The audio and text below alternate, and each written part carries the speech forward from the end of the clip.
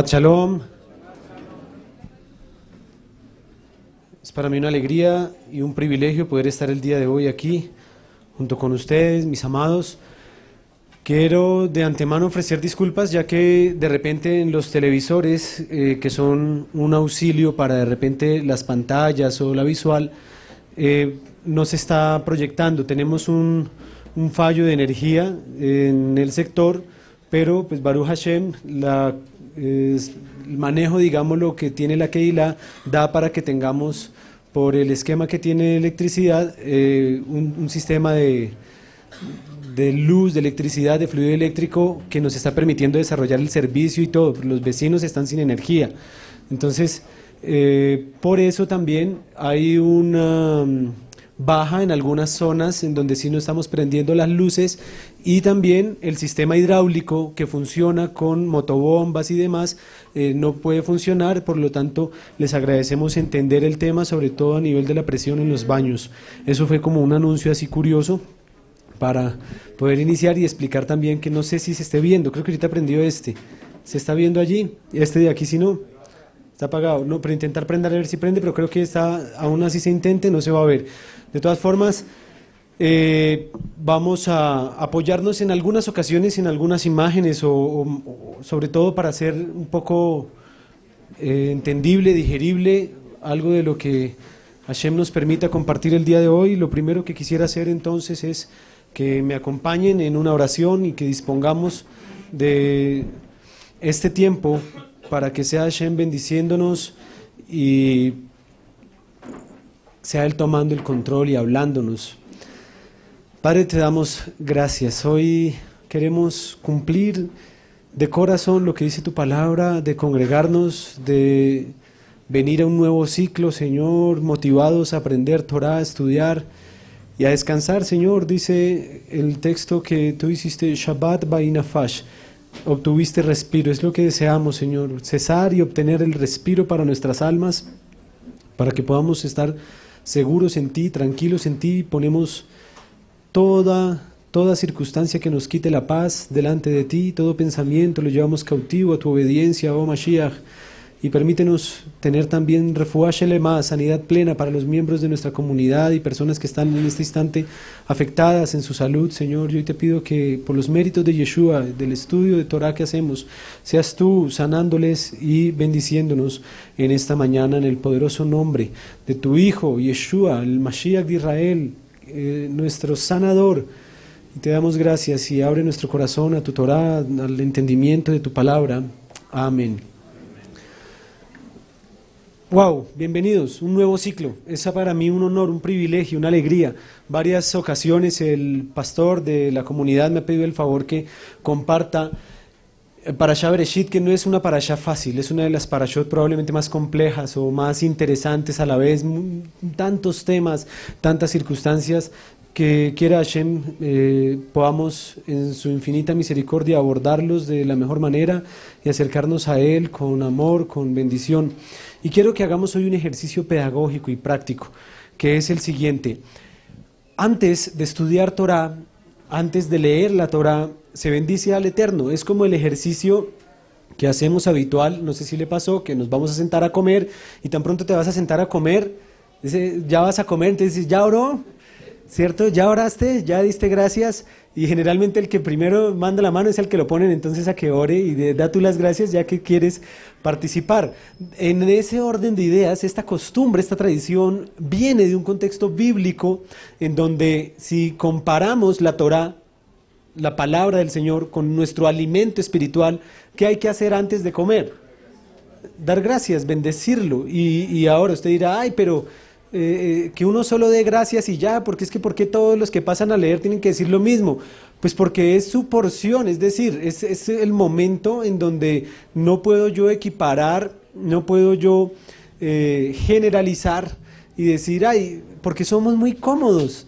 Venga, ore usted por todo, que su oración me incluya a mí, ¿cierto? ¿Por qué en el texto, en la Torah, en Bemidbar, en Números 7, dice y repite exactamente lo mismo que cada una de las tribus llevó de ofrenda. En número 7 es uno de los textos más a veces aburridos de leer porque repite exactamente lo mismo 12 veces. ¿Por qué? Porque cada tribu ofrendó lo mismo y créanme que si nosotros hubiésemos revisado o si nosotros hubiésemos escrito o si nosotros hubiese estado la autonomía de la corrección del estilo de la Torá, hubiéramos dicho, no, y todas las tribus ofrendaron lo mismo, y póngalo una vez y ya, y ahorra papel, ahorra esfuerzo, ahorra tinta, ¿cierto? Para Hashem eso es importante porque de hecho esta parasha lo menciona, él mira al oferente, y si lo dio Judá, yo no tengo por qué involucrarme en la ofrenda que dio Judá, así sea la misma mía, yo quiero ser tenido en cuenta delante de Hashem y poder decir, mira, esto es lo mío. No sé si le ha pasado a usted, sobre todo a mí me pasaba mucho, cuando uno iba al cumpleaños, invitado de pequeño, y la mamá decía, que le vean dar el regalo, allá que usted sí dio el regalo, porque si no, es como si no lo hubiera dado, o usted busca, ¿no?, al que está homenajeado, y aquí está, sí, o sea, yo lo traje, como quien dice, sí participé, sí, porque eso es algo que está muy dentro de nuestro contexto cultural, y mucho de eso también Hashem lo sana a través de su Torah cuando Él dice, para mí es importante tu ofrenda, tus palabras, tu estudio. A veces nos gusta cobijarnos bajo la ofrenda, bajo la palabra, bajo el alimento del contexto en donde estamos, ¿no? Ay, que sean, es que allá, es que usted ora más bonito, es que usted sabe más, es que hágalo usted, y yo como que me cobijo a eso. Y ese es un reto que hemos querido, junto con el pastor y desde hace ya algunos años, establecer a la comunidad, y el reto es, no, tú eres importante, cada uno de nosotros es válido, cada ofrenda, cada detalle. Por eso Hashem es sabio, el 10% de quien da mucho o el 10% de quien da poco es el 10% igual de lo que está dando, y para él es igual de importante. Entonces esto es algo en donde valora cada detalle y cada uno de lo que nosotros hacemos. Por eso no nos incomodemos por el espacio que cada quien tiene de bendecir a Hashem, de darle gracias. Y el día de hoy, sobre todo y en particular, muchos de nosotros estamos con un deseo en nuestro corazón de empezar el ciclo y decir, este año sí quiero ponerme juicioso, voy a asistir a la Keilah, voy a asistir a la Parashá, voy a estudiar la porción de la semana, voy a empezar, porque está empezando, y es en donde uno hace, dentro del contexto para que me puedan de repente entender aún más, es como si estuviéramos a fin de año secular, y entonces este año sí voy al gimnasio, este año sí hago dieta, este año sí, pero entonces mucho de eso se queda en el aire y en palabras, porque sabes, esa no es la época adecuada para hacer esas promesas, para hacer esos retos, porque esa época del año está marcada, curiosamente, esa época del año, que estoy hablándoles de finales de nuestros años seculares en el calendario gregoriano, diciembre para enero, está marcada por el año, o sea, por el mes hebreo, en donde se habla de la futilidad, de la vanidad, en donde las cosas no se realizan. En cambio, esta época del año, en donde también hay un cambio de año hebreo, que recién hace 20 y tantos días atrás, hoy aquí estamos en el calendario hebreo, por favor, 27, ya vamos a cumplir un mes, estamos cumpliendo casi 27 días de un nuevo año secular hebreo, porque el año hebreo, ahorita vamos a ver un poco de dónde surge ese 5777 en el que nos encontramos, recién lleva 27 días, y en la fecha secular hoy es 29 de octubre, y para que nos rinda el tiempo, porque hoy hay una sobredosis de información, hoy hay mucho, hoy, así como si la parashá es inmensa, pues sabe uno que hoy hay mucho, y de allí entonces, en vez de estuve orando y pidiéndole a Hashem si me centraba en un solo tema puntual para de repente ahondarlo y ver si era un solo tema, y Hashem me llevó a hacer un cambio de ese esquema y hacer algo más grande y abarcar 10 temas.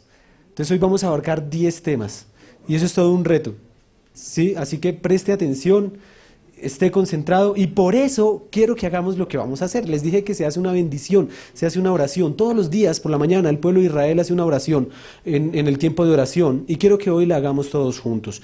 Y vamos a ir repasando también un poco de hebreo, porque de repente vamos a romper murallas, mitos que tengamos. Si usted tiene alguna animadversión, si usted tiene algún asunto en contra, se siente incómodo con el tema del hebreo, hay dos factores fundamentales. En nuestro contexto sociocultural hay dos momentos o dos circunstancias por las que nos incomodamos. Y es, normalmente cuando te incomoda algo, generalmente es porque hay circunstancias y heridas que hacen que en realidad no es que te incomode eso, sino que te da rabia, incomodidad, dolor, y demás es no tenerlo. Entonces la gente se queja y dice, ay, es tal cosa, mire, ese trancón, tantos carros. Bueno, y si tienes carro, no, pues qué bendición. Entonces ya no ves el asunto de esa manera, ¿no? No, porque es el aspecto de ver hasta qué punto la animadversión ha sido por algo que de repente he sentido que no pueda.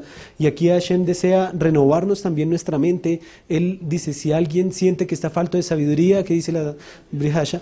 Pida a Hashem, que Él la da en abundancia. Entonces pidamos, Hashem, yo quiero que me des entendimiento, yo quiero que pueda aprender tu idioma, que pueda estudiar tu Torah. Hoy tengo una perla hermosa. Hoy encontré algo, porque en el ejercicio de casi también 17 años de estar buscando, de estar estudiando cada parashá, pues hay cosas en donde cada quien tiene un ritmo, cada quien tiene un proceso, y dentro del proceso que se lleva, para los que estamos dedicados al estudio de la Torah, pues cada vez se hace más difícil encontrar cosas nuevas.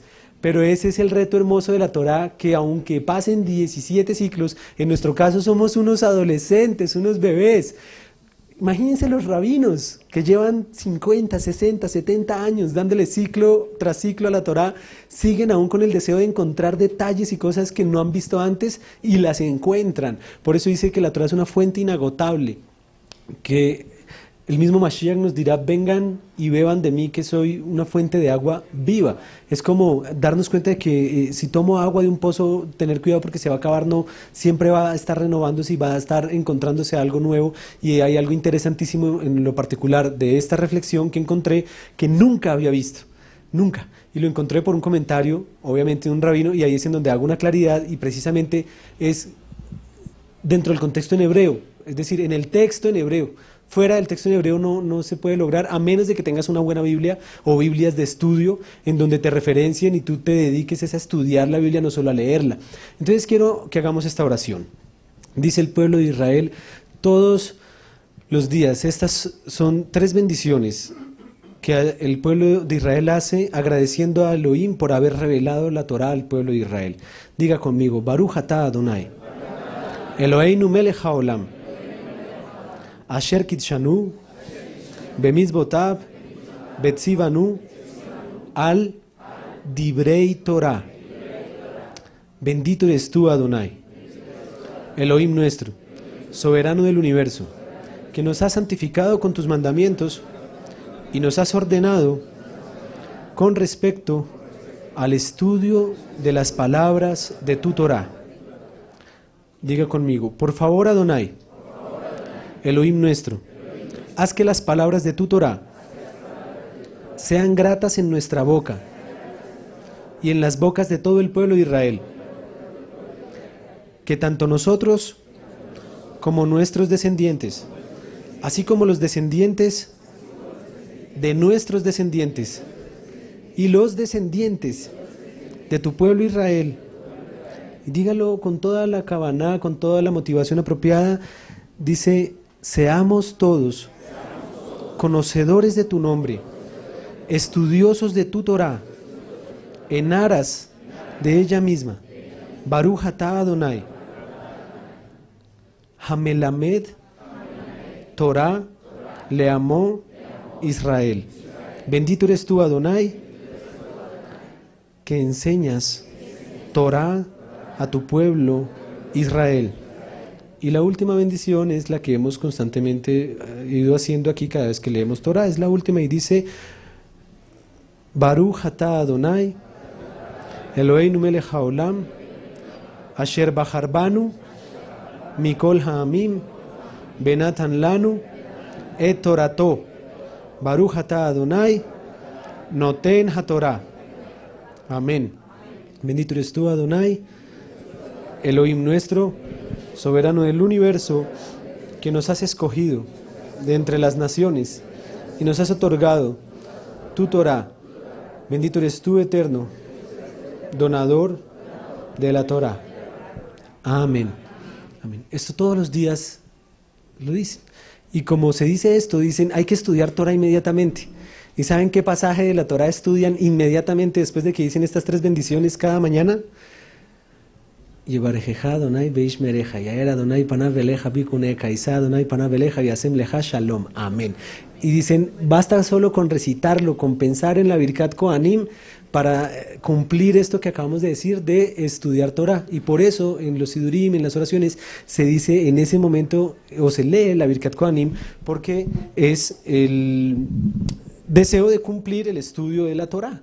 Entonces, desde hace algún tiempo yo he pedido a Hashem que sea Él bendiciéndonos y ayudándonos a estudiar su palabra. Creo que es el deseo de todos.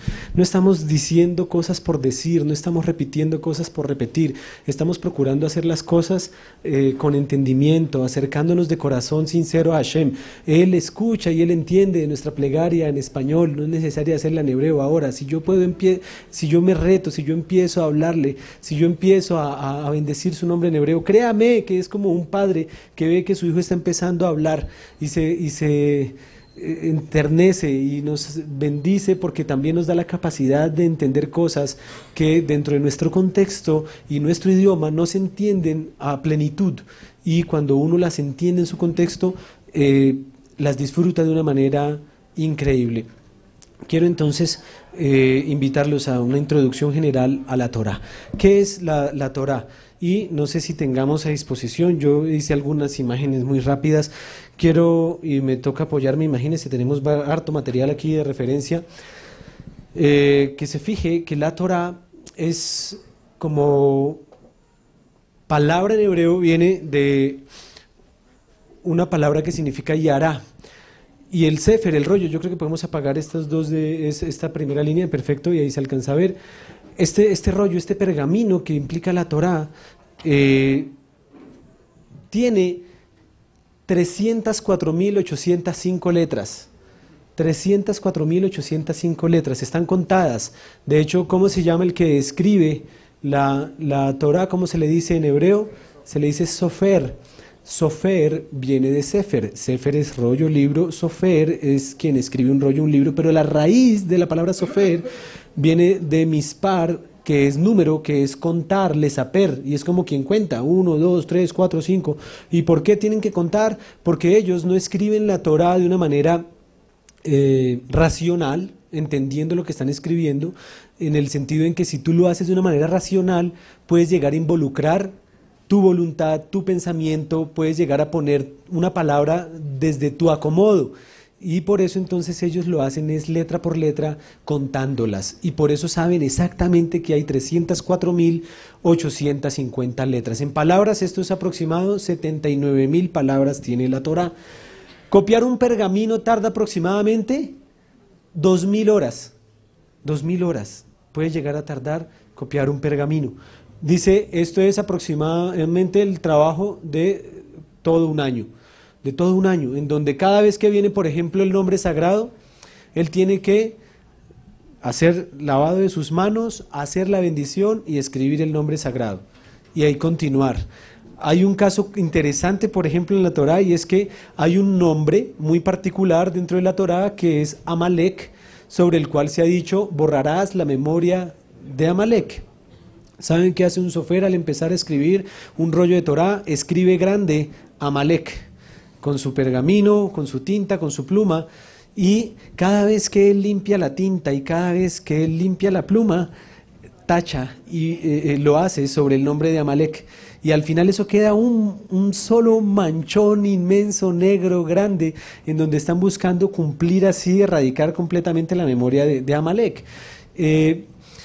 ¿A qué voy con todo esto? La Torah nos dice el mismo texto, es un árbol de vida para quien se aferra a ella. Ahorita miraremos en qué hace referencia al concepto de árbol de vida. Y pues hay muchas formas de ver cómo se puede entender el texto bíblico que está en un contexto del pueblo hebreo, es decir, la Biblia. ¿Por qué estamos hablando de pergamino, de Sofer?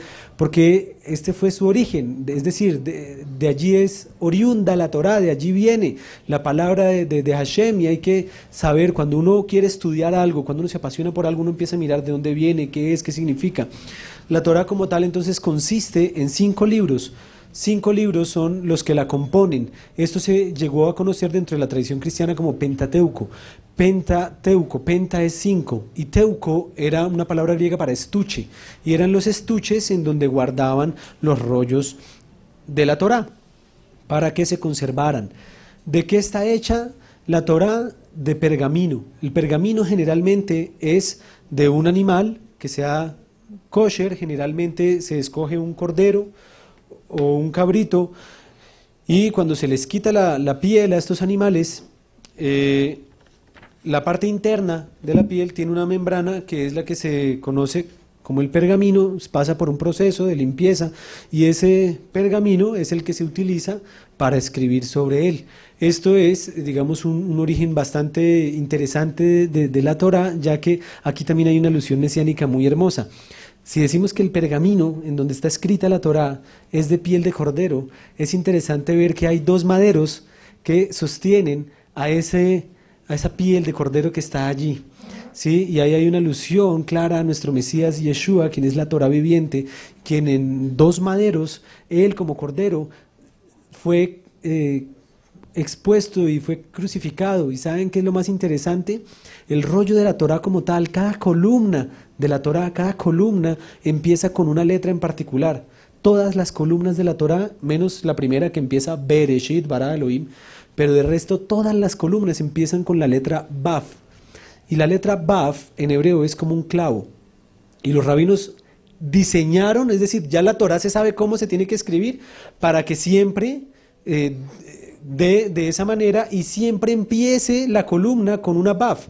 Todas las columnas que tiene empiezan con una Baf. Decían los rabinos que eso lo hicieron emulando o acercándose a cómo fue la construcción del tabernáculo en la época del desierto.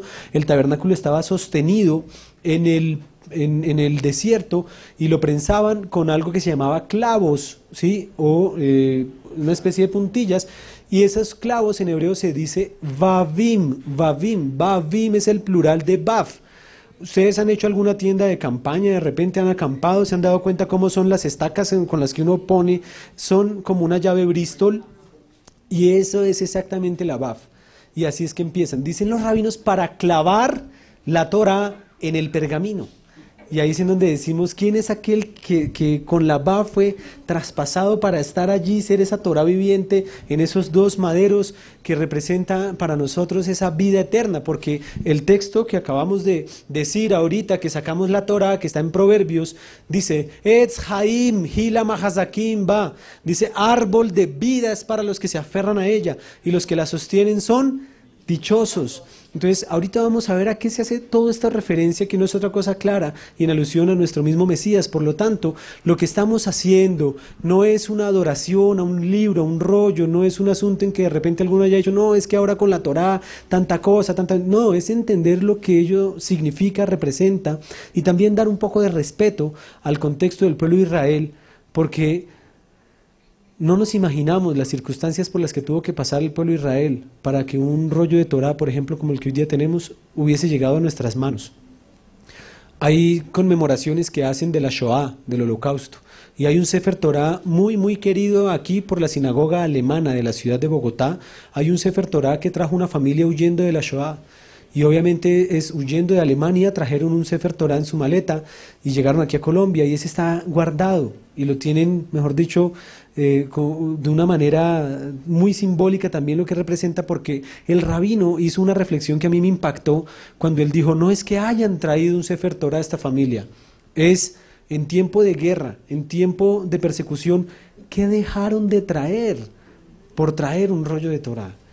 Pero es en donde se ve qué, digámoslo, importancia hay, qué entendimiento hay, que a pesar de que yo no tenga nada, siempre y cuando haya Torá, siempre y cuando esté la palabra de Hashem en mi vida, Él va a hacer que de allí resurja y nazca todo para poder hacer un un nuevo nacimiento, volver a empezar de nuevo, que es un poco la reflexión de la Parashá Bereshit en cuanto al concepto de la creación y de empezar, porque lo que estamos leyendo pues es la Torá, es decir, estamos empezando el libro de los libros, estamos empezando el texto más impreso en diferentes idiomas, en lenguas. Ayer varios vi que se conectaban, estaba el Rabin Itzhak Shapira en Corea, y a la noche ya era Shabbat a la mañana, y ver todos los símbolos en su idioma, y ver allí los números, de saber que estaban hablando de la Parashá Bereshit, y saber que estaban haciendo la lectura de los profetas, porque estábamos en el mismo idioma, es ver cómo Hashem nos está uniendo, aún en diferentes idiomas, a estudiar y a volver los ojos a su Torá, a su palabra, a su instrucción. La palabra Torá se puede traducir de la mejor manera como instrucción. Y la instrucción, pues, ¿qué es una instrucción? Son normas, son indicaciones que te dan para vivir, para la vida. Y en el error que se cayó tal vez fue en decir es que esas instrucciones o normas ya no valían o ya no correspondían, y se está viviendo entonces una vida sin un propósito, porque en esas instrucciones se nos marca el propósito de nuestra vida y el camino que debemos andar. Mucho de todo esto, me alegra decirlo, lo estaremos ampliando y estaremos hablando mucho más en profundidad de cómo fue el proceso histórico de la Torá, de quién la escribió, de cómo se escribió, de dónde, de cuándo, en un programa que estaremos desarrollando radial y que se lanzará el próximo martes en el marco del Rosh Hodesh, que se llama La Biblia en la Historia, y estaremos hablando precisamente del proceso histórico también que ha tenido la Biblia. Como les decía entonces, este texto no se leía habitualmente en Shabbat. Esto se empezó a hacer consecuencia del exilio babilónico, y cuando ellos se dan cuenta de que, es decir, cuando uno es castigado y cuando uno se le quita lo que tiene, ahí sí lo valora. Entonces cuando ellos regresan en la época de Esdras, de Nehemías, dicen, fuimos castigados y Hashem nos expulsó de nuestra tierra por no haber estudiado su Torah, pues ahora en Shabbat estudiemos su Torah.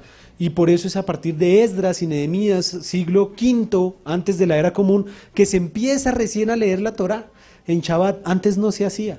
Antes pues se tenía como cualquier otro documento que estaba allí, que ni siquiera se había terminado de compilar, porque será también la época de Esdras y Nehemías, y en donde viene todo el tema de la crítica, de analizar qué fue lo que sucedió y darse en ellos cuenta que tuvieron que reunir los textos para decir cuál iba a ser la Biblia de ellos, porque ni siquiera habían caído en cuenta de que era necesario compilar estos textos, y cada uno existía como independiente y por aparte.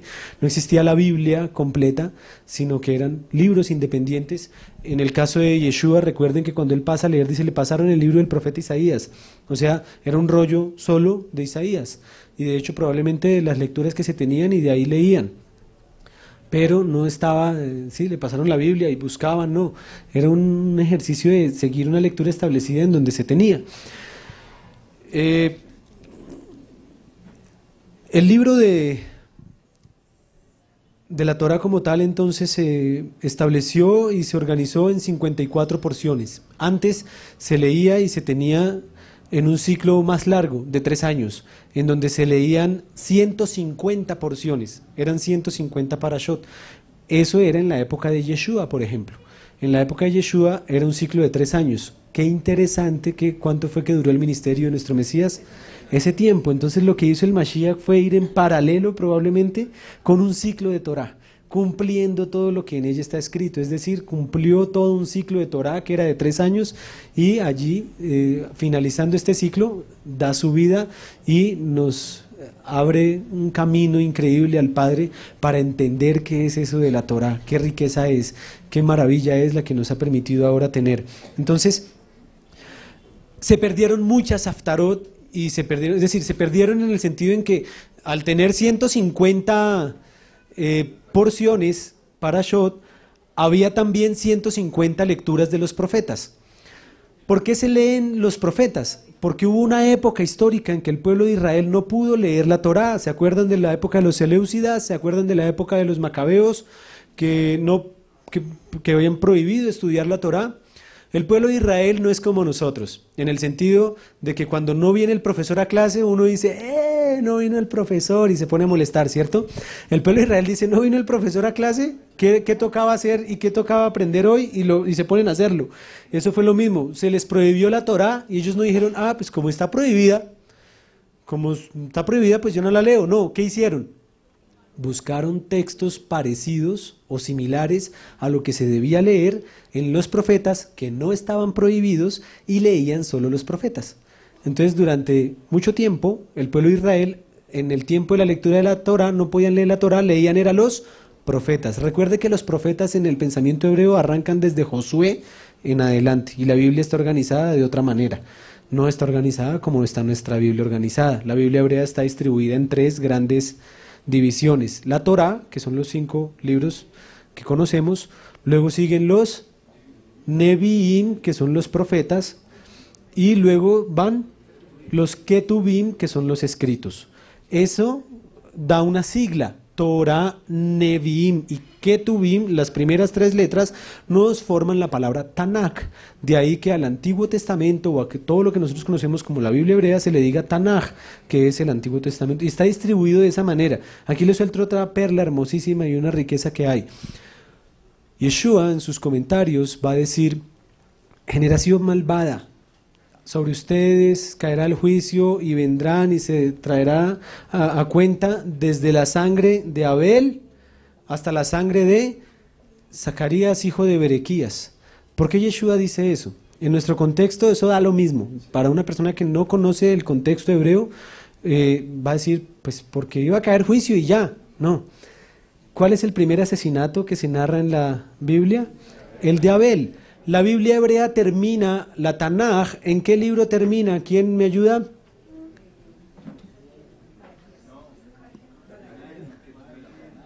La Tanaj, ¿en qué libro termina?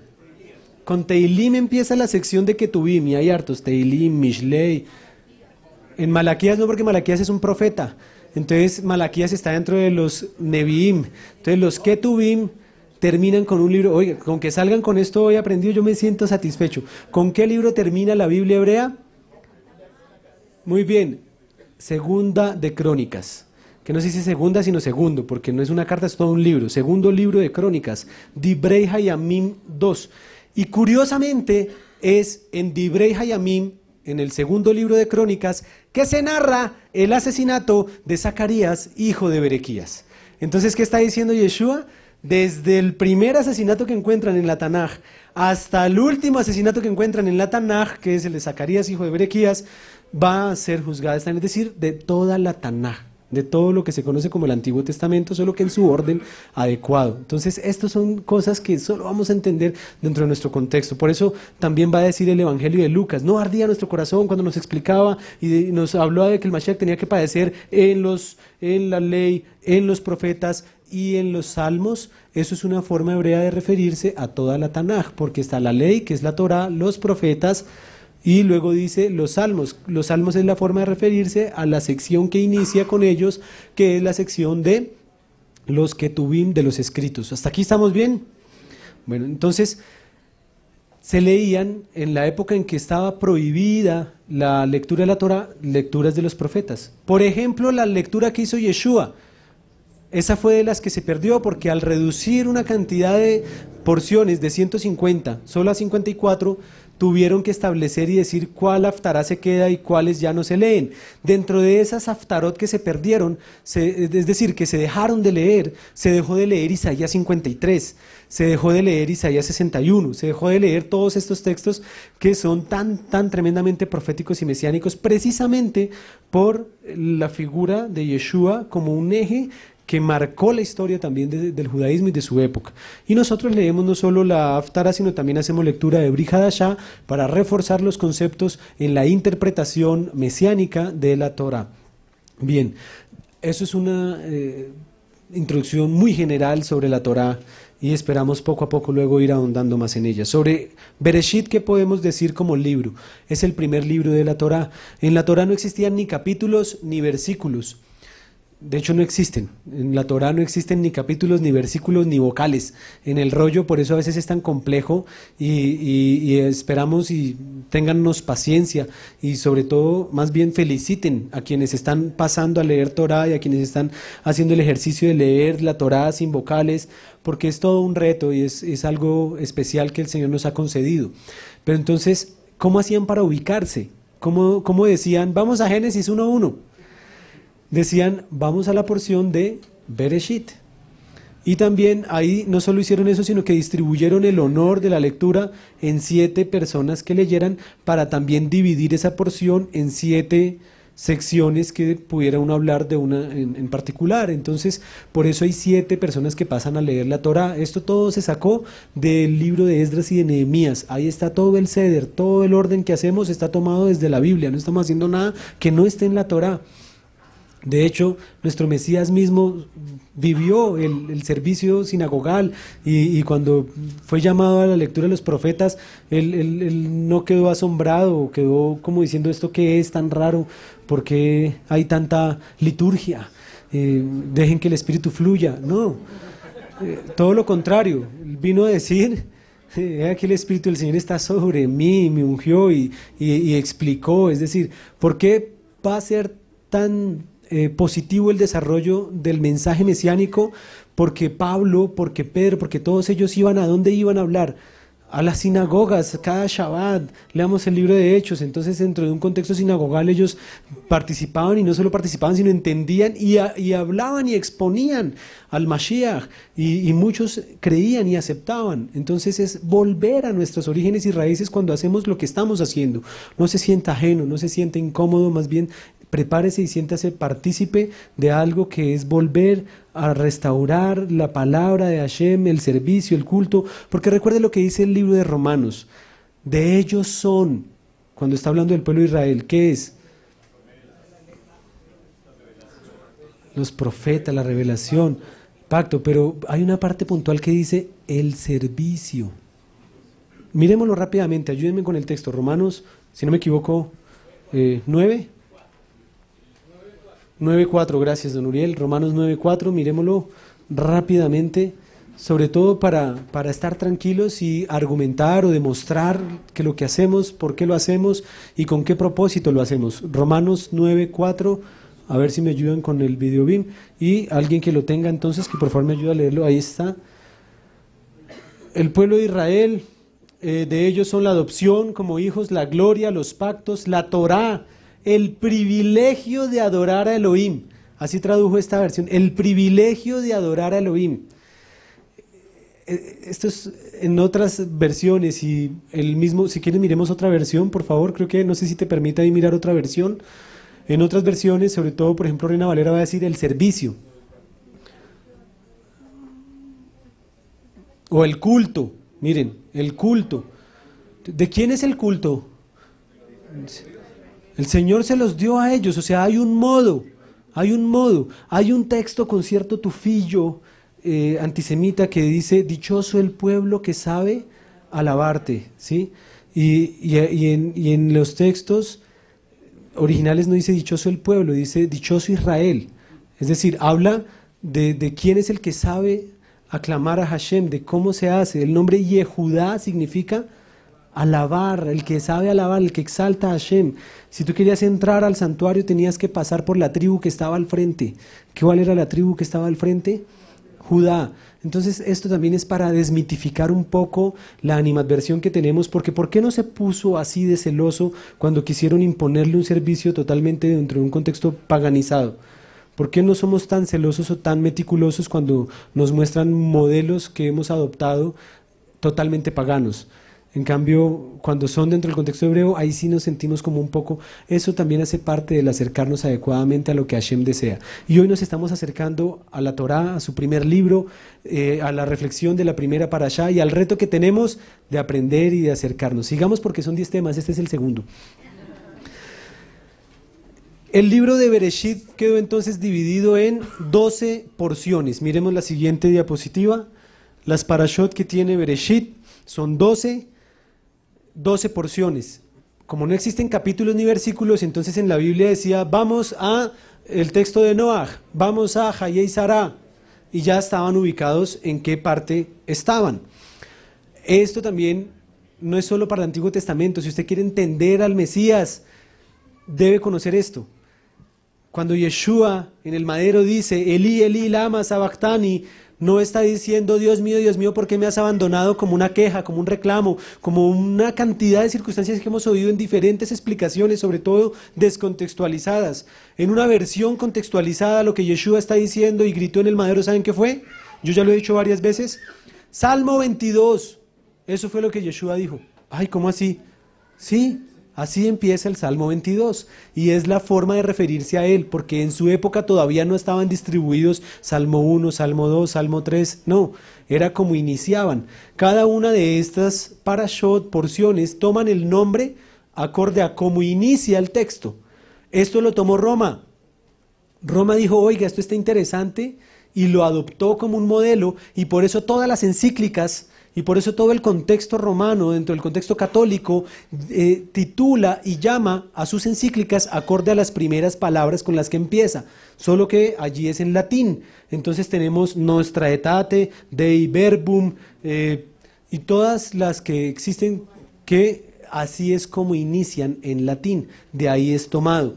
Entonces, dentro del contexto bíblico, cuando Yeshua dice eso, no lo hubiéramos entendido si no entendemos cómo y de dónde viene.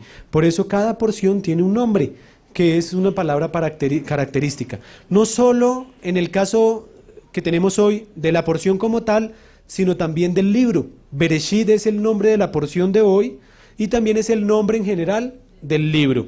12 porciones. Ahí están también, y se los recomiendo, la página de la congregación Yobel, www.kehilatyobel.org, todas las porciones con explicaciones, con videos renovados para que puedan estudiar la parashá.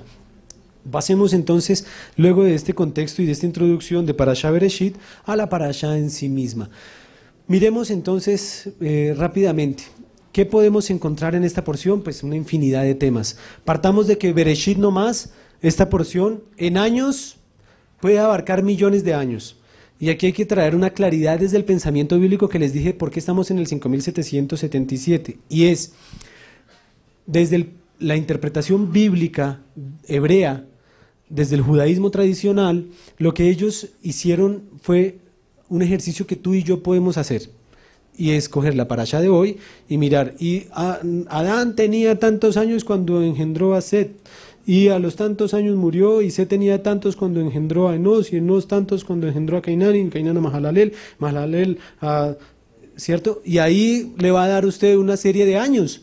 Si hace ese recuento de cuántos años, vamos a darnos cuenta que Parashá Bereshit va a abarcar un promedio desde la creación de Adán, y ahí es en donde el judaísmo es muy claro. Estamos hablando de una creación en cuántos días, según lo que se nos narra en la Torá. 6 días y el séptimo reposó, ¿cierto? O sea, 6 días de creación. Ahora, esos 6 días de creación ya se ha explicado también en otras ocasiones, pero vale la pena recordarlo. Hay un material muy bueno que en algún momento usamos, que era de este mismo de la NASA, de Stephen Hopkins y otros, que era en cuanto a la creación y al relato de los tiempos y cuántos millones de años pudo haber sido cada uno de los días de la creación, el primer día, el segundo día, pero desde la perspectiva tradicional rabínica de la Torá, ellos dicen, en el momento en que creó a Adán, ya habían pasado 5 días atrás. Esos 5 días pueden ser millones de años. Y en el momento en que creó a Adán, se empezó a hacer un conteo de años. Y ese conteo de años da que, por ejemplo, desde Adán hasta Noé hay 1600 años. 1600 años. Noé va a nacer en el año 1600. Perdón, mil. Hasta el Maúl son 1600, sí. Entonces, aquí la parashá como tal nos va a hablar desde aquí hasta la época de Noaj, 1056 años, hasta que nace Noaj, gracias. Y hasta el Maúl, que es la próxima parashá, 1600, es decir, la vida de Noaj. Entonces llegamos hasta el nacimiento de Noaj. Noaj nace en el año 1056 desde Adán, ¿cierto? ¿Adán alcanza a conocer a Noaj? ¿Sí o no? No, ¿por qué?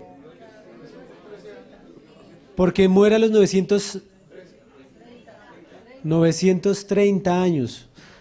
930 años, y el otro nace en el 1056, entonces no alcanza. Pero de todas formas, aquí hay una cosa hermosa cuando empezamos a estudiar, y es que vamos a tener, para la parashá que viene, prediluvianos, es decir, gente que vivió, ¿sí? Tenemos los que se salvaron, que eran prediluvianos, y a ellos se puede acercar Abraham, se puede acercar Isaac, se puede acercar hasta Jacob, a preguntarle cosas a Noaj. Si ustedes hacen las cuentas, se van a dar que eran coetáneos, se dice, para no decir contemporáneo, porque contemporáneo es para las cosas, coetáneo es para las personas. Entonces, vivían, uno ya estaba muy viejito, obviamente, y otros de repente estaban en la flor de su juventud, pero esto nos va a ayudar a entender muchas cosas importantes. Estaban en la flor de la juventud, si va con 500 años, con 600. Y nos vamos a dar cuenta que dramáticamente, después del diluvio, después del Mabul, viene un decrecimiento total en la cantidad de años que se vivían, y ahí hay muchas interpretaciones rabínicas del porqué y consecuencia de que se perdió una protección de agua que había externa de la tierra, que hacía que esto tuviera un efecto invernadero, en donde no había estaciones, en donde era una circunstancia muy diferente, pero al perder eso, pues se perdió la calidad de vida y bajaron considerablemente los años. De todas formas, en esta parasha también Hashem va a decir que no vivirá el hombre más de 120 años, pero ¿y entonces qué hacemos con todos esos que vivieron 900, 500? ¿A qué se refiere? Le tengo una perla bonita, y es, haga un ejercicio curioso. El Yobel es una marca fundamental del tiempo de Hashem. El Yobel es un Shabbat elevado como a la segunda potencia, porque está la Shemitah, que es el ciclo de 7 años. Entonces, así como existe la semana, 7 días y Shabbat, también existe el concepto en años, 7 años, y el séptimo es Shabbat. Y también existe el concepto en semanas de años.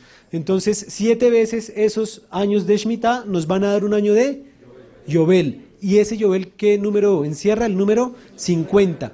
Haga un ejercicio curioso, multiplique 50 por 120. 6.000. 50 por 120 son 6.000. Lo que está diciendo Hashem es que la humanidad no pasará de 6.000 años. ¿Por qué? Porque está dando el concepto de 120 años de Yobel. Es decir, que es la marca. El Yobel para Hashem es como si fuera un año, no más. Y para nosotros son 50. Entonces, Hashem dice, voy a contar 120 años de Yobel. Y si usted cuenta 120 años de Yobel, le va a dar 6.000. Y eso está en los libros de los jubileos y demás. Entonces está hablando de un lenguaje también encriptado en el sentido de la humanidad y de los años, que ahora sí nos aterra decir que estamos en el 5.777. Y los que son más místicos le meten 200 años que se perdieron por allá, que sí, que no. Pero sobre eso, vuelvo y yo reitero mi postura personal, no hay nada escrito, de todas formas puede ser viable. Y entonces ya no estaríamos en el 5.700, sino en el 5.900, mejor dicho. ¡Ya! Ahora, ¿qué hay que ver y aprender de esto? ¿Saben? En esta parashá se nos habla del reposo, en esta parashá se nos habla de Shabbat. Y muchas veces he entendido ese Shabbat, y Hebreos 11 va a ser una lectura hermosa. Hebreos 11 va a empezar a decir, ¿qué es el reposo de Hashem? Creían que era la tierra, porque ellos decían, cuando no entraron en mi reposo y fueron castigados, pero cuando ya entraron, entonces ya se cumplió. ¿Y qué va a decir el de Hebreos? Dice, no, aún queda un hoy. Y hoy puede ser el día. Es decir, es un tema en donde debemos esforzarnos porque nos hallemos haciendo lo que debemos hacer sin la ansiedad que genera el saber si sí, si no, si se acabó, si no se acabó, porque vivir de todo esto no nos va a generar, digámoslo, un fruto adecuado, sino saber que si estoy haciendo lo que tenga que hacer, eso es como la auditoría.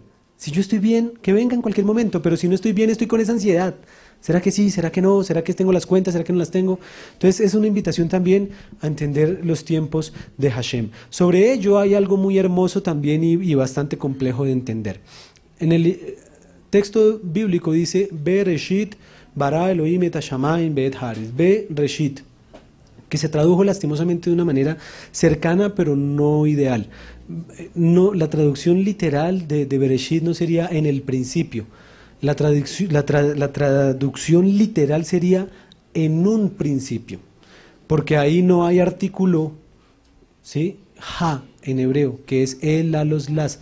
O sea, ahí no dice ba reshit, ahí dice be reshit. Y cuando en el hebreo carece de ese artículo, en el español se asume que es el artículo definido, una, unos, unas. Entonces se dice Bereshit, en principio o en un principio. ¿Qué quiere decir esto? Pues que pudo haber otros. Y entonces los mismos rabinos, esto no me lo estoy inventando yo, los mismos rabinos van a decir que hubo otros principios y que dentro de esos otros principios, que esto nos ayuda a un concepto de unificar la teoría de tierra joven o no, de todos los análisis científicos y demás, porque vamos a encontrar hallazgos de humanidad mucho más antiguos de 5.777 años, y los mismos rabinos dicen, no, sí, puede que haya sido humanidad, pero fue castigada. Es decir, no hubo una realización de esa creación.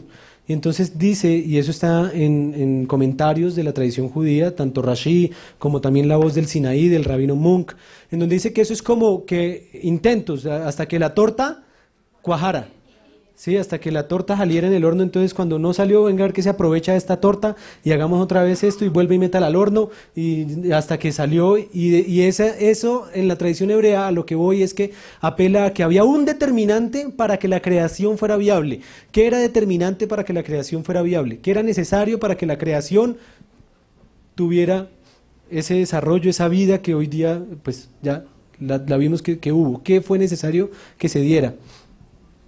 Era necesario que se aceptara algo, era necesario que se aceptara el Creador, su creación, una Torá y cosas que ya estaban establecidas. De hecho, es muy interesante cuando uno empieza a estudiar, que lastimosamente el tiempo no nos da, y eso que aquí tenemos tiempo para estudiar. Y es que dicen, por ejemplo, comentaristas, rápidamente leo Rashi, cuando él va a hablar sobre Bereshit, y él dice, aquí realmente lo que es importante no es el orden cronológico de las cosas. A Hashem no le importa narrar cómo fue el orden de la creación. De entrada él hubiera dicho, pues si quería narrar cómo fue el orden de la creación, primero tenía que habernos hablado de fuego y de agua, porque va a decir, en el principio creó Dios los cielos y la tierra estaba desordenada y vacía, y el Espíritu lo se movía sobre la faz de las aguas. ¿De cuáles aguas? ¿Cuándo se crearon las aguas? No hay ningún momento en que se diga y se creó el agua, no. Pero sí hay un momento en donde se habla que si se crearon los cielos, previamente se tenían que haber creado dos elementos fundamentales para que haya cielos.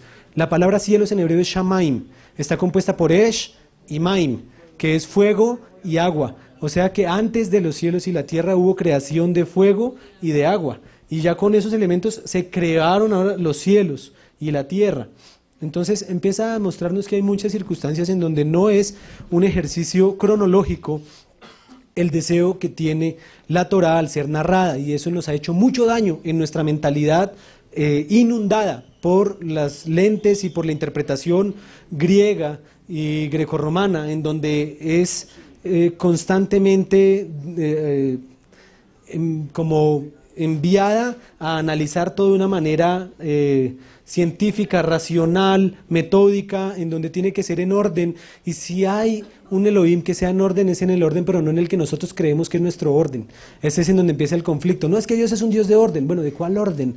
Porque en el orden que yo veo en el contexto de Elohim es para mí un desorden.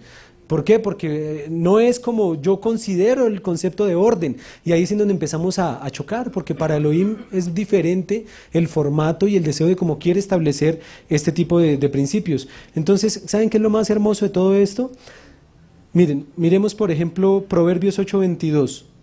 Lástima, no tenemos el texto en hebreo, pero de repente sí, ¿sabes? En la Biblia paralela, si me ayudas, Karen, entremos a esa página que a propósito se las recomiendo mucho, se llama Biblia Paralela, ahí pueden encontrarla, Proverbios 8:22. Y les voy a leer rápidamente lo que dice Rashi. En el principio del crear de Elohim. La traducción de Rashi no es en un principio, sino él tiene cada quien empieza a dar su postura. Entonces él dice, hay unos que dicen en un principio, hay otros que dicen en el principio del crear. Dios, los cielos y la tierra estaban de tal y tal manera. Entonces no era un asunto en orden, sino que simplemente de un verbo que dice en el principio del crear. Miremos Proverbios 8, ¿qué dice? 22. Aquí está, muchas gracias. Entonces aquí hay un poco de versiones en donde dice, el Señor me poseyó al principio de su camino, antes de sus obras y de tiempos pasados. Ahora vamos en donde dice interlineal. Ahí a mano, ahí arribita, más arriba. Ahí al lado derecho dice interlineal, arriba, ahí, gracias. Entonces ahí vamos a tener la Biblia en el original en hebreo. Entonces va a decir Adonai Kanani Reshit. ¿Sí? Para los que están con el hebreo, Adonai, Kanani, Reshit, Darko Kedem. Dice, Adonai me compró, me poseyó, Reshit, desde el principio. Entonces cuando se dice Be Reshit, está diciendo una preposición en principio. Entonces Adonai me tenía desde el principio, Adonai me poseyó desde el principio. ¿De qué está hablando? De la Torá.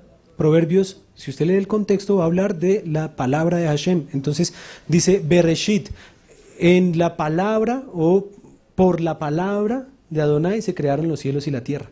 O sea, por la Torá. Porque Reshit, como palabra como tal, en el hebreo, la palabra Reshit significa es primicia, primero, principio. Ahora vamos a entender Colosenses.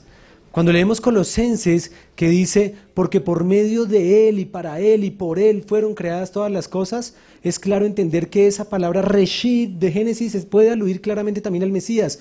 Y eso se puede leer también es, por causa del Mesías creó Dios los cielos y la tierra. Y también se puede decir, no solo por causa del Mesías, porque también Rashi va a decir, y esto estoy diciendo no soy yo, sino del pueblo de Israel, por ejemplo, porque el pueblo de Israel se llama Reshit también.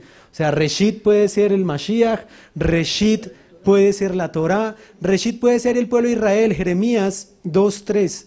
Miremoslo en la Biblia paralela, por favor, ahí, Jeremías 2:3. Y ahí se dice en hebreo, hoy va voy, porque se nos fue el tiempo. Jeremías 2:3.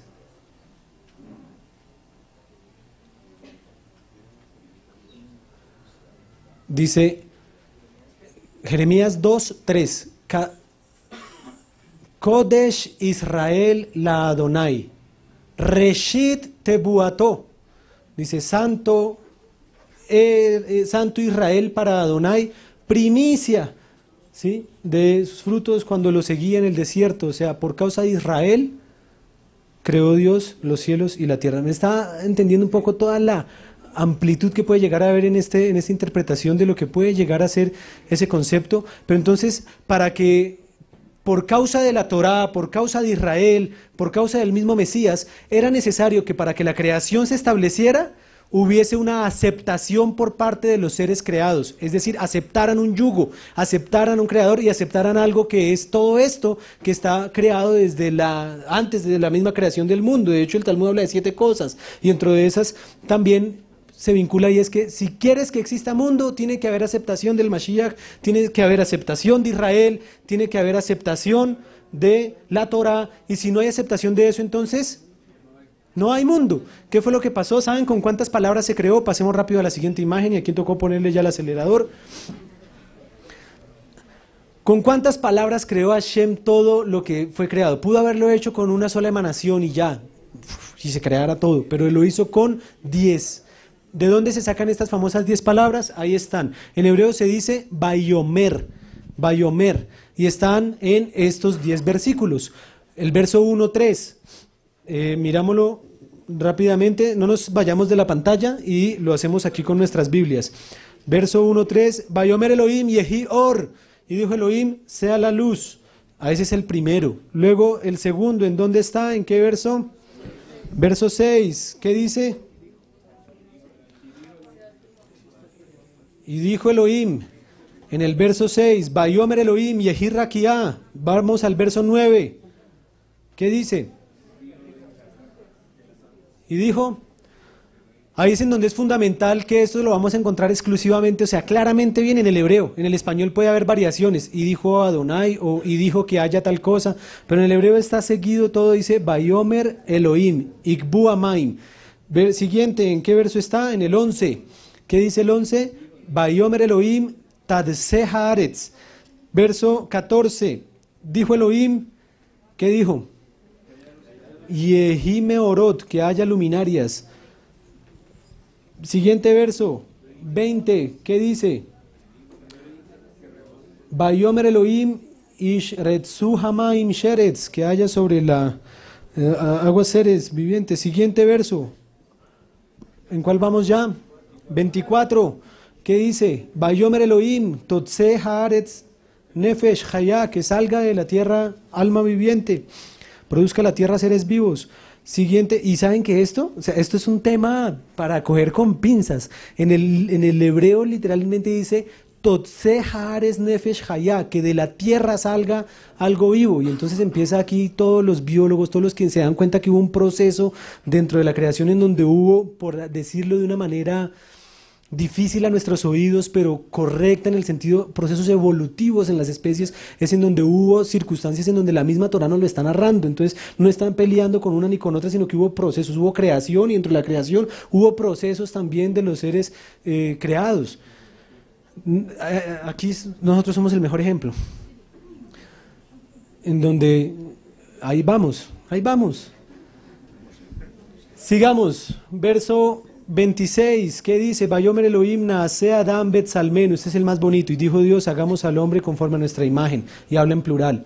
Sigamos, verso 28, el 9, ¿qué dice el verso 28? Vaiberja Otam Elohim, Vayomer Lahem, y les dijo, ¿qué les dijo? Prurbu. ¿Qué es prurbu? Fructifique y multiplique, o sea, hágale. Ese es el primero y único mandamiento que hay en toda la parashá de Bereshit. De hecho, en todo el libro de Génesis, en todo el libro, hay solo 3 mandamientos. Y son curiosos porque son mandamientos dichos a personas en particular. Y ya solo hasta el Éxodo 12 es que se va a dar el primer mandamiento comunitario, que es el del Rosh Hodesh. Bien, y el último es el 29, verso 29, en hebreo va a decir, Vayomer Elohim, hine natati lahem et kol ezeb. Entonces nos va a hablar que eso les he dado de comida, y aquí también cabe un concepto interesante. Al principio el hombre era vegetariano, es decir, al principio los animales no eran parte de nuestra dieta. Por eso es que hay corrientes que quieren establecer y decir que volverse veganos. ¿De dónde viene el concepto vegano? Viene de vegan. Be es en y gan es jardín. Entonces quieren volver como al jardín del Edén. El problema es que solo hay 6.000 años de diferencia, que no está Elohim, y que hay muchas circunstancias que ya automáticamente Hashem cambió muchos de esos modelos al haber pecado. Él mismo permitió y se hizo necesario a nuestro organismo el consumo de la proteína animal. Bien, sigamos. Después de esto, ¿qué vamos a encontrar? No, el anterior, por favor. Yo puse allí, en relación con Éxodo 34, 28, ¿cuántas palabras entonces se usaron en la creación? 10. Y esas 10 palabras fueron como un tornillo que se puso sin apretar. Y Hashem estaba esperando un momento para apretar esa creación. ¿Cuál era ese momento? La entrega de las 10 palabras. Sinaí. En Sinaí se iba a definir si este mundo existía o no existía. En Sinaí se iba a sellar la creación de esta creación. Y es en donde podemos entender que probablemente circunstancias anteriores no llegaron al Sinaí, y por eso es que hay hallazgos arqueológicos, ¿sí? En donde si Adán no hubiera aceptado, si el pueblo de Israel no hubiera aceptado, en otras creaciones estarían hallando, ¿sí?, los vestigios arqueológicos de Adán, de Caín, de Abraham, hasta de Moshe, porque ahí terminaba, y por eso dice que la tierra se conmocionó. ¿Por qué se conmocionó? Aquí hay un concepto muy interesante, se asentó porque dijo, es viable, el proyecto es viable. ¿Qué dice Éxodo 34, 28 y Deuteronomio 4, 13? Son los textos que nos va a hablar que nosotros hemos mal utilizado la expresión y decimos 10 mandamientos. Y es que no existen los 10 mandamientos, no. Son 14 mandamientos. En hebreo se dice Aseret Hadevarim o Aseret Hadibrot, las 10 palabras. De hecho, el griego es mucho más acercado al original, porque en griego se dice decálogo. Y deca es 10, y logos no son mandamientos, logos es palabras, las 10 palabras. Por eso fueron 10 palabras que se dijeron afirmando cada una de estos Vayomer que dijo Hashem, cada mandamiento que se aceptaba cuando el pueblo decía amén, naaseh benishma, aceptamos, atornillaba entonces que hubiese cielos y tierra, atornillaba que hubiese mares, atornillaba que hubiese todo. Y por eso hay una declaración muy, muy, muy particular, y es el siguiente punto. Y aquí vamos, ahí vamos, un poco rápido, pero ahí vamos. Después de que se narran todos los días en la Torá, es muy interesante que en todo el relato dice En el primer día, por ejemplo, ni siquiera dice Yom Rishon, que sería la forma adecuada, porque sería día primero, sino dice Yom Ehad. ¿Por qué? Porque en ese momento era un día uno, único. No se sabía si Hashem iba a seguir creando o no, ¿cierto? En este momento, y pasó con el Papa, muchos al principio lo llamaron Francisco I, pero el personaje no se llama Francisco I, se llama solo Francisco porque fue el nombre que él adoptó. Si algún Papa futuro le da por tomar ese mismo nombre, entonces ¿sabe qué va a pasar con el Papa actual? A este sí, entonces ya le van a cambiar y le van a decir a este Francisco I y al otro Francisco II y así. Pero mientras no haya un sucesor que asuma ese mismo nombre, no hay un asunto de cuenta, de conteo. Entonces ahí vamos a números ordinales y cardinales. Y esto también es una reflexión hermosa en cuanto al concepto de Elohim y de los que muchos se apegan al Shema, a decir es que Shema Israel, Adonai Eloheinu, Adonai Echad, Echad es uno. Yo le digo, sí, amén, es uno, pero también en la Torah dice, Vayehi Eref, Vayehi Boker, y fue la tarde y fue la mañana, Yom Echad, o sea que en esa unidad puede haber elementos que la compongan, elementos que compongan esa unidad. Entonces no hay problema que en esa unidad haya elementos que participen de esa divinidad, y esa es nuestra postura en cuanto al Mashiach. Ahora, no está de balde que se repita, porque va a decir, el mismo ejemplo es el Shema, Adonai, después dice Eloheinu, después vuelve y dice Adonai, y me está diciendo que estos tres elementos que estoy diciendo a nivel gramatical son uno. Y dice, y dejará el hombre a su padre y a su madre y se unirá a su mujer y serán una sola carne, y en hebreo dice Ejad, Basar Ejad. Entonces, esta es nuestra argumentación en cuanto al concepto de la divinidad del Mashiach Yeshua, y que está desde el principio y por medio de quien fueron creados y para quien fueron creadas todas las cosas y por él subsisten y fueron hechas, Colosenses. Él, la imagen visible del Elohim invisible, el primogénito de toda creación. Ahí está diciendo Reshit, es decir, está apelando a todo esto. Y dentro de eso hay algo entonces muy hermoso y muy interesante. Dice Yom Echad, luego después va a decir en el segundo día Sheini, Yom Shlishi, Yom Revi'i, Yom Hamishi, pero no dice Yom Shishi. En hebreo dice Yom Ha-Shishi. A mí me suena todo eso igual, Dudu, ¿qué está diciendo? Yo les estoy diciendo, día 1, día segundo, día tercero, día cuarto, día quinto, día el sexto. Y si yo digo el sexto, es porque no es cualquier sexto, es el sexto, es ese día. ¿Sí? Yo puedo decir, o sea, cualquier carro o puedo decir el carro. Y eso marca una diferencia. ¿Por qué? Y ahí es donde pasemos a la siguiente diapositiva. En el Kiddush, que a propósito los invito a que lo hagamos, ¿cómo se hace Shabbat? En la misma Torah se tomaron las pautas y el texto que se utiliza para hacer el Kiddush, que es la santificación, es decir el relato de Génesis 1:31, las últimas dos palabras. Y de ahí pasar a los primeros versos del capítulo 2 que va hasta el versículo 3. Es decir, se dice Yom HaShishi y de ahí pasamos al capítulo 2 y se dicen todos los primeros 3 versos. El sexto día fueron terminados los cielos y la tierra y tal. Eso es lo que se debe decir para abrir Shabbat. Y lo invito a que lo haga. ¿Sabe por qué? Porque ahí hay un secreto espiritual muy importante. ¿Se acuerdan que hablamos que Be Reshit bara Elohim? Ese Reshit puede ser la Torah, ese Reshit puede ser el Mashiach, y ese Reshit puede ser ¿quién? Israel. Y eso es a lo que el mundo le tiene animadversión, eso es a lo que el mundo no acepta. A la Torah, al Mashiach, a su pueblo, es decir, es ese aspecto que hay que contrarrestar y por eso debemos enfatizar aún más en lo que hacemos. Esos dos puntos que se ven allí, que si los logran ver, no sé si los puedan ver, pero en el hebreo esos dos puntos es el punto final. Y esas dos palabras que están ahí atrás son las últimas dos palabras que están del capítulo anterior. Entonces los rabinos dicen, ¿por qué el Kiddush de Shabbat inicia con las últimas dos palabras del capítulo anterior? ¿Por qué? ¿Por qué no empieza el Kiddush Vaihulu Hashamayim Behaaretz Behol Tzebaam? ¿Por qué hay que decir Yom HaShishi? ¿Por qué hay que decir ese Yom HaShishi? Miremos la siguiente diapositiva, porque hay un mensaje encriptado. los rabinos encontraron un mensaje que arranca desde el Hashishi, desde la Yud de Hashishi. Ayúdame con el puntero en la primera Yud, ahí está en rojo, y si se quita eso, se pierde el mensaje. ¿Qué mensaje es? Cada 7 letras exactas, van a aparecer. Si yo cuento de la Yud y empiezo a contar 1, 2, 3, 4, 5, 6, la séptima es una Shin.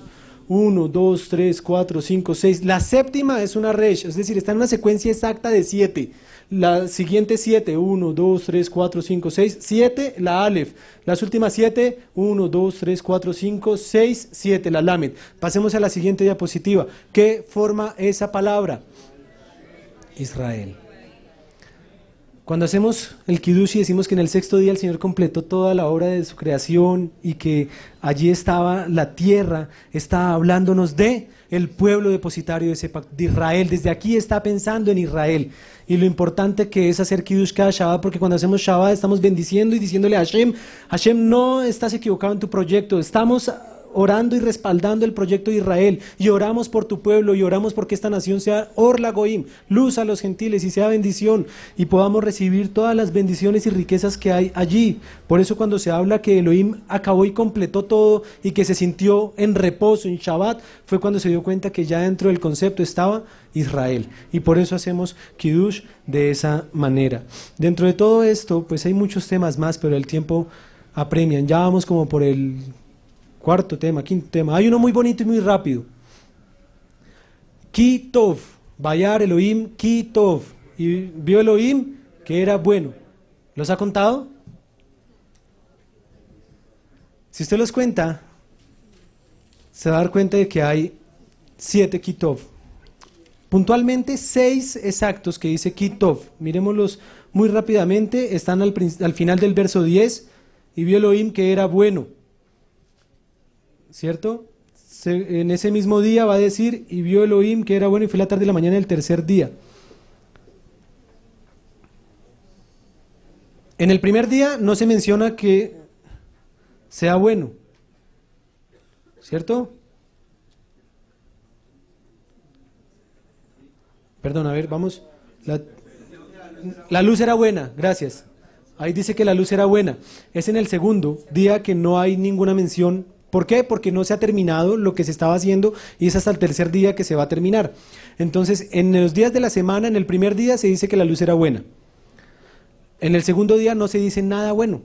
De ahí hay muchas interpretaciones, que dice que es en donde hubo Vayabdel y separó Elohim las aguas de las aguas. Cuando separa la luz de las tinieblas no hay problema, pero cuando separa las aguas de las aguas, está diciendo, está separando algo de su misma esencia y eso no es bueno. Entonces, al separar algo de su misma esencia, no dijo que era bueno. De ahí también hay tradiciones que dicen que ese fue el día en que Satán se rebeló, es decir, una cantidad de tradiciones interesantes. Otra de ellas, que por ejemplo, dentro de la tradición hebrea, el segundo día de la semana, que es lunes, no les gusta hacer negocios, no les gusta hacer muchas cosas. En cambio, el martes, que curiosamente el martes en nuestra tradición quedó el martes ni te cases ni te embarques, en el pueblo judío el martes terminó siendo un día para casarse, para embarcarse, para hacer todos los proyectos. ¿Por qué?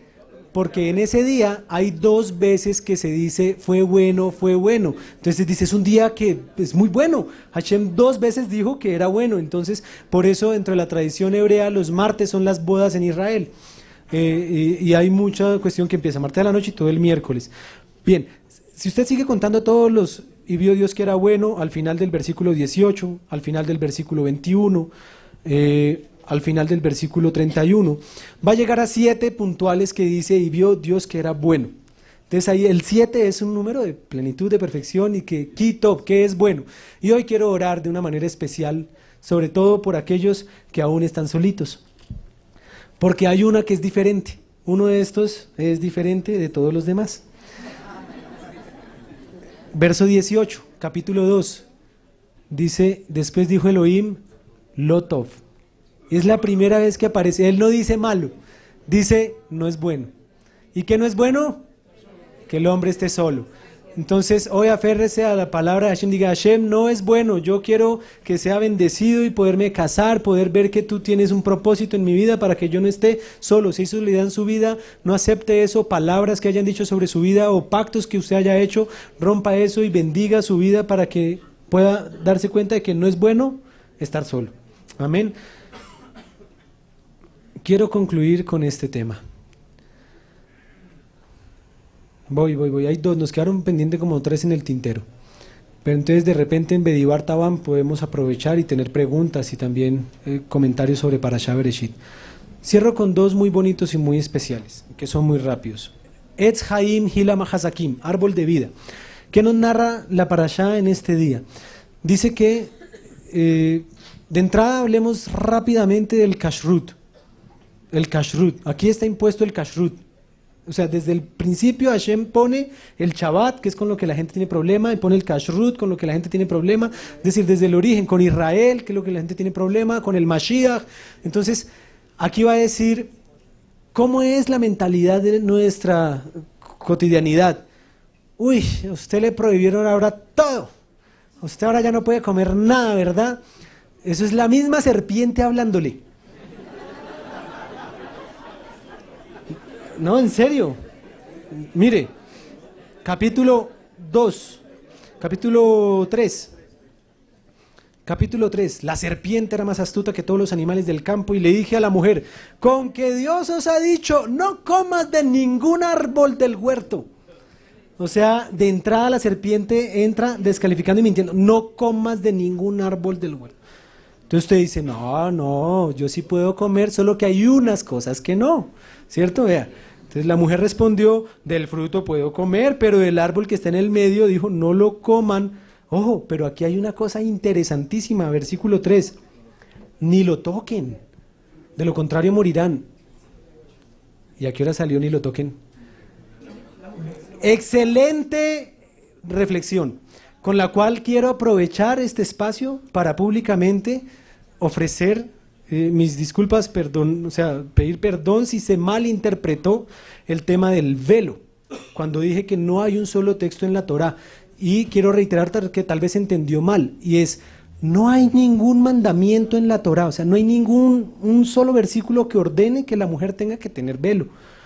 Obviamente hay textos que nos pueden hacer alusión a un velo, y les mencioné, el único texto del que los rabinos se toman para hablar es el de la mujer sospechosa de adulterio, y que dice que le descubrirá la cabeza, pero en el hebreo no dice le descubrirá, sino la despelucará. Pero aún así diga la despelucará, de ahí es que se agarran los rabinos para poner la alajá de que la mujer casada debe cubrirse, de ahí es. Pero si usted ve el versículo no dice eso. Obviamente hay otros textos en donde habla que por ejemplo, Ribka vio a Isaac a lo lejos y se cubrió con el velo. Ese se cubrió con el velo, es que se cubrió, se tapó, no es que andaba con el velo, sino que era una señal. No, y si hablamos de eso, porque esa me la plantearon como una alternativa, y le digo, tiene razón, me equivoqué al de repente decir como que no había otra palabra, no, o sea, hay muchas palabras, pero no hay ningún mandamiento, o sea, no hay el que me muestre el mandamiento, el texto en la Torá que me diga que la mujer tiene que usar el velo, no lo va a tener. Hay otros textos en Corintios que es totalmente, digámoslo, un contexto diferente en donde las mujeres se rapaban y los hombres usaban velo en Corinto, y allá es en donde Pablo va a tener que entrar a armar un poco de orden, porque las mujeres calvas y los hombres con velo, entonces, no, tal cual, ¿cierto? Entonces ahí es en donde hay que aclarar eso. Habiendo aclarado eso, ¿por qué lo menciono? ¿Por qué lo menciono? Porque hay circunstancias que nos pueden confundir. ¿Qué circunstancias nos pueden confundir? Miren, lo que es Torah, y lo que no es Torah, tengamos cuidado. Hay cosas que respetamos profundamente a la hermana que quiera usar velo, úselo, no hay problema. ¿En dónde se convierte eso en un problema? Cuando dice, es que es un mandamiento, es que yo estoy obedeciendo la Torá, es que usted no la obedece, es que cuando empieza a ver, ahí es en donde decimos, no, cuidado porque no hay ningún mandamiento. Ahora, así como no hay mandamiento que lo obligue, pues tampoco hay ninguna prohibición que no deje que se use. Entonces úselo libremente, más aún si está casada, si quiere hacerlo, pero no lo imponga. ¿Sí? ¿Cierto? ¿Qué pasó? al leer la Torá, no es necesario leer la Torá, de hecho, los varones, con que sí tengamos kipá, eso es lo mínimo.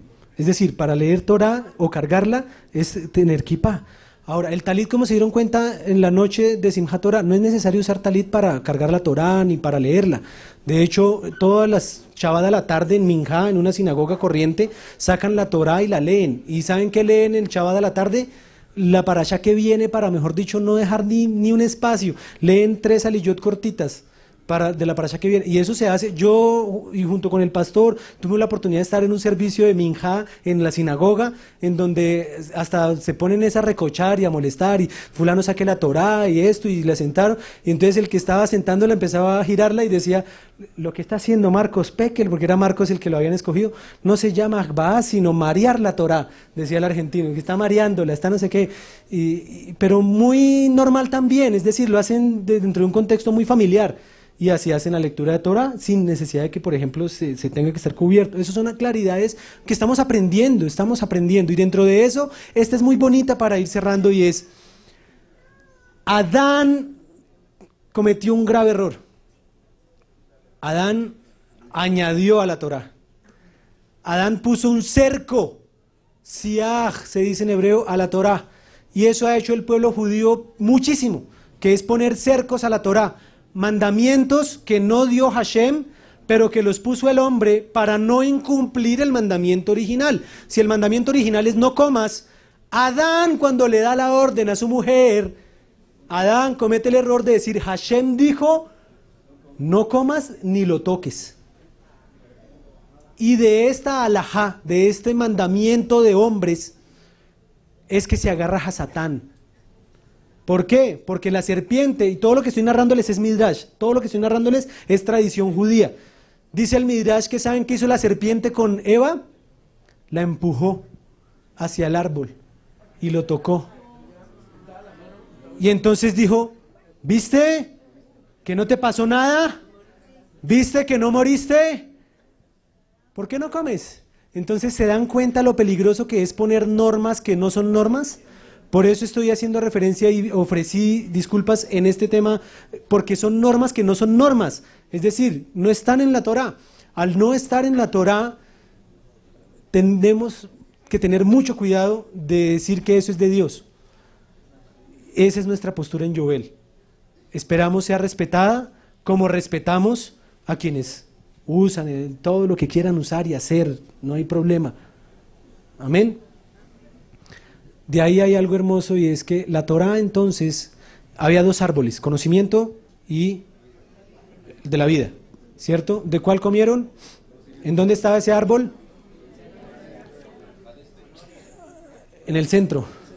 Y al este estaba el de la vida. ¿Sí o no? ¿No? Miremos el texto, ayúdenme. ¿En dónde? ¿En el centro cuál está?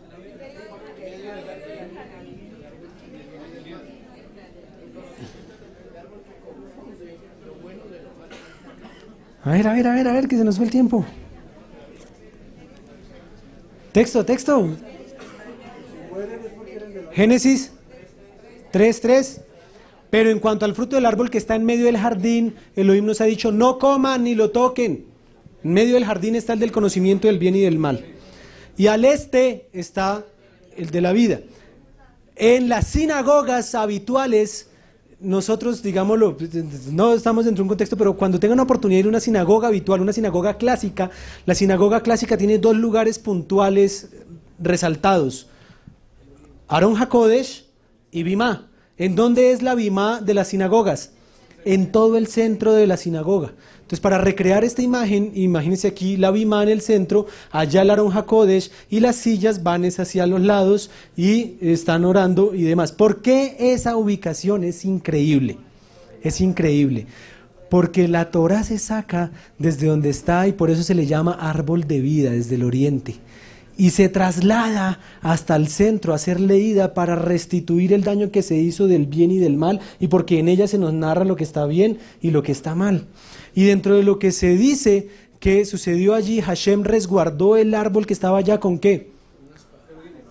Con 2 querubines. Y esa figura se volvió a rehacer cuando se mandó a hacer el Mishkan, el tabernáculo. Y en el tabernáculo había 2 querubines con una espada tapando ¿qué? El lugar santísimo, sagrado. Y eso estaba camino sellado. Pero ¿saben quién tuvo que venir? El Mashiach, haciendo expiación por ese pecado original. ¿Qué pasó con ese velo? Se rasgó. Es decir, se quitó el resguardo que había a esa área. Y por eso podemos accesar al árbol de la vida. Y por eso lo hacemos y se traslada. Por eso es que la Torah se saca de allá y se lee de acá. ¿Sí? Y empezamos a entender todas estas riquezas que hay en una parashá como esta. Y de que Hashem ha abierto, y dice, porque Él ha abierto un nuevo camino vivo a través de su sangre para que nos acerquemos al Padre. Entonces estamos entendiendo y viviendo lo que es la Torah. Y queda ya la última perla y el último detalle con el que quería finalizar. Y es que todo esto que he mencionado, para muchos es nuevo, o para otros ya se había mencionado, pero pues yo en lo personal todo esto ya lo tenía dentro de la agenda, pero había cosas que no tenía en la agenda, y una de las que no tenía en la agenda, que me pareció impactante, es que así como estamos hablando de que cada letra es importante, de que cada interpretación es importante, los silencios en la Torah también son importantes. Y quiero que mire conmigo el capítulo 4, versículo 8 de su Biblia. Y alistemos el de la Biblia paralela, por favor. 4:8. Yo quedé pasmado ayer cuando estaba estudiando esto y lo pude ver. 4:8. ¿Lo tienen? ¿Lo tenemos? Entonces, Caín, ¿qué dice que hizo Caín? Entonces, miremoslo primeramente en la Biblia nuestra. Mi Biblia dice, Caín dijo a su hermano Abel, salgamos al campo. ¿Qué dice su Biblia?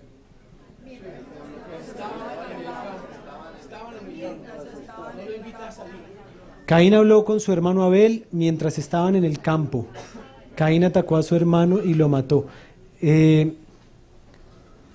Me gusta muchísimo más la NBI, pero aún así le falta el punto para hacer perfecta la traducción, y es porque es muy difícil. En el hebreo dice Vayomer, no dice Vaidaber. Si dice y habló, puede quedar así. Caín habló con su hermano, pero en el hebreo es Caín dijo a su hermano. Y no hay nada más. En la Reina Valera, en la Septuaginta, en la Vulgata, en todas nuestras versiones dice esto que yo acabé de leer, salgamos al campo. Esto en el hebreo no existe, en el hebreo no está.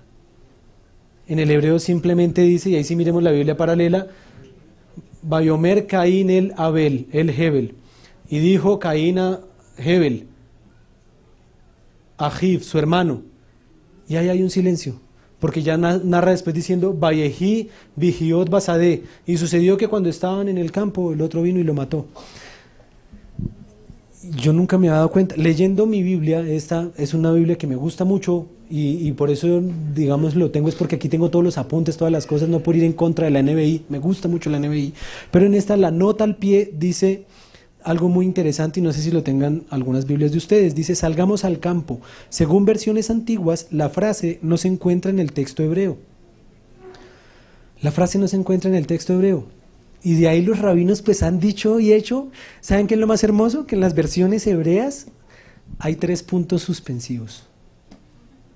Y dijo Caín a su hermano Abel, y salió al campo y lo mató. Entonces dicen los rabinos que le peleó, que le dijo, que le esto, o sea, quedó abierto, aún los silencios de la Torah se interpretan. Pero entonces el que leía yo ayer decía, ¿sabes qué lección tenemos de esto también? Porque a veces queremos interpretar, hablar, decir, a veces también tenemos que entender que cuando se habla de matar a otro, cuando se habla de acabar al otro, cuando se habla de esto, es mejor que calles. Es mejor, porque no va a haber un argumento válido para justificar la muerte de nadie. Nunca. Y el mismo Eterno guardó silencio ahí, le dolió, porque el potencial de lo que hubo allí fue un genocidio. Es decir, el 25% de la humanidad, desde el lenguaje que estamos teniendo. El 25% de la humanidad murió. Y ahí es en donde entonces también en esta parashá tenemos todas las aristas posibles para tener cuidado con lo que decimos, con lo que hablamos, cómo actuamos y sobre todo en la fe que estamos viviendo. La revelación de Mashiach es imprescindible ahora. Guardemos en nuestro corazón y oremos para que sea el momento en que se dé la revelación a cada quien, a cada hermano en su momento, porque es que en el mismo nombre de esa revelación se han hecho cruzadas, es decir, ha pasado unas circunstancias históricas que son dolorosas y difíciles. Quiera Hashem bendecirnos, ayudarnos. Pudimos dar todo un paseo por diferentes ejes de la parashá, solo quedaron 2 puntos de los 10 pendientes y básicamente, comunidad, la invitación es a que nos esforcemos, a que bajemos toda prevención equívoca que tengamos, que oremos y nos dispongamos para aprender Torah, para estudiar, para ver en el hebreo cómo están las cosas. Como les decía yo al inicio, esto de encontrar lo de Caín que no está ahí en el texto, no lo encontré por saber hebreo, lo encontré por leer. Entonces también la invitación es a que leamos, a que busquemos, a que nos preparemos, a que hagamos de cada Shabbat un tiempo especial en la comunidad. Amén. Padre, te damos gracias porque tu palabra nos llena, nos bendice. Gracias porque nos permites aferrarnos al árbol de la vida, a tu Torah, a cada detalle con el que se ha cuidado y ahora poderlo estudiar, podernos dedicar a tu Torah. Gracias, Señor, porque nos podemos dedicar a tu palabra, nos podemos deleitar con ella, aprender de ella, saber que el Reshit que tú estableciste es tu pueblo Israel. Hoy oramos por Israel, que el Reshit que tú estableciste es tu propia Torah, tu misma Torah. Señor, abre nuestro entendimiento a tu Torah, que el Reshit que tú estableciste es el mismo Mashiach, Yeshua, quien es la primicia en todo, a quien debemos nuestras almas, nuestra vida. Te amamos, Yeshua, te exaltamos, te bendecimos. Te damos gracias porque estamos viendo cumplirse el propósito de esta creación, de este mundo. Gracias, Señor, gracias, porque tu pueblo aceptó la Torá y existimos. Gracias, Señor, porque el mundo existe y se mantiene por tu palabra. Gracias, Señor, en el poderoso nombre de tu Hijo Yeshua, la palabra hecha carne, que habitó en medio nuestro en un tiempo como este, hace más de 2000 años, hoy es una realidad en nuestras vidas. Amén. Ve amén. Shabbat Shalom, comunidad.